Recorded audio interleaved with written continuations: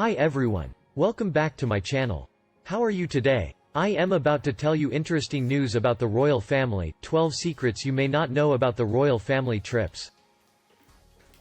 As exciting as exploring new destinations and discovering new cultures around the world can be, travel still has its downsides, from standing in line at security to flight delays and jet lag. But is it the same for the royal family? We take a look at some of the travel rules they will have to follow. Commercial airlines are acceptable. Just like everybody else, the royals are under economic restraints and have to stick to a budget. A big budget, but still a budget. Prince William and Kate have been known to skip chartered royal jets. Duchess Kate took her place in Seat 1A on a British Airways flight from Rotterdam to London in 2016, while down-to-earth Wills was spotted on a Ryanair flight to Glasgow a year earlier. Princes William and Harry also flew economy on American Airlines from Memphis to Dallas in May of 2014. You're not likely to bump into Queen Elizabeth on your next airplane trip though. Her Majesty no longer takes scheduled flights. British Airways is their go-to airline. The British royals like to support their own country and try to fly British Airways when they do fly commercial. In 2011, William and Kate experienced the same frustrations of air travel we all do when their British Airways plane's in-flight entertainment broke. The Duchess is very accustomed to flying the airline. Her father and mother both worked for BA. Security is a given. The royals may not always fly private, but they never fly without their top-notch security team of trained experts. But all in all, they don't travel with as large an entourage as you would expect. On their trip to LA in 2011, William and Kate had just a 7-person deep entourage, while on their visit to Canada in 2016, the royal couple brought a 12-strong squad along. Monogrammed royal luggage. The packing arrangements of the royals are a grand affair. When the royals travel, they travel in style. On William's trip to Australia, royal watchers were given a glimpse of his luggage, which was emblazoned with the letter W and a crown. Kate isn't quite so formal and apparently has a more eclectic mix of bags and suit carriers, which will carry her abundance of outfits. But at least they won't get mixed up with Williams. The royal couple has an organized luggage tag system with a different color label for each family member. 2 heirs should not fly together. The royal protocol is that 2 heirs should never fly on the same flight together so that the royal lineage is protected. And, despite there being no official rule in place, heirs must still seek permission from Queen Elizabeth, who has the final say on the matter. In fact, Prince William was granted permission from the Queen to bend the rules when his son was just 9 months old. Prince George accompanied his parents on a tour of Australia and New Zealand in 2014.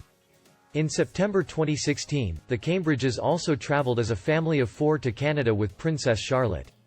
And in July 2017, the family toured Poland and Germany, boarding 3 flights together. That's not always the case, though. On their trip to New York in December 2014, Prince William and Kate adhered to this rule again, and Prince George stayed at home with his nanny and grandmother Carol Middleton. All immigration rules apply. Even royalty need passports. Little Prince George had to get a baby passport for his trip to Australia. And the royal party has to adhere to customs and immigration rules, but is usually fast-tracked through this process. Queen Elizabeth is the only royal who doesn't need a passport, as passports are issued in the name of Her Majesty. However, she is forced to go through an identity check every time she flies in and out of Britain, giving her full name, age, address, nationality, gender and place of birth to immigration officials. 6-figure budgets.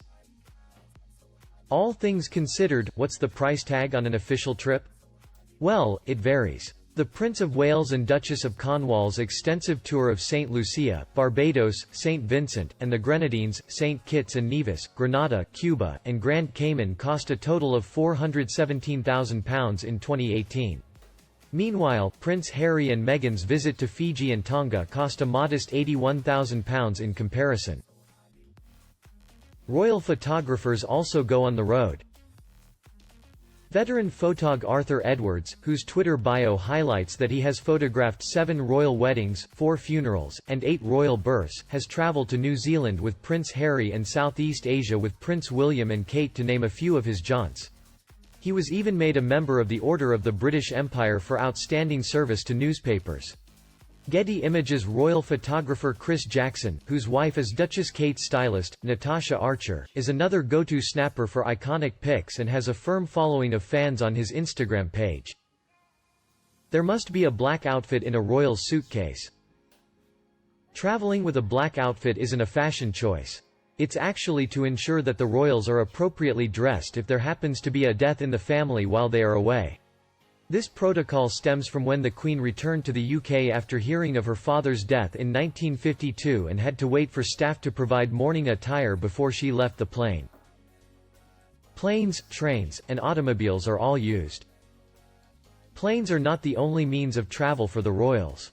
As well as the British Royal Train, which is dedicated to transporting the royals across the country, the Queen regularly travels via public transport, such as for her Christmas trips to Sandringham. And they can't avoid long delays any more than the rest of us.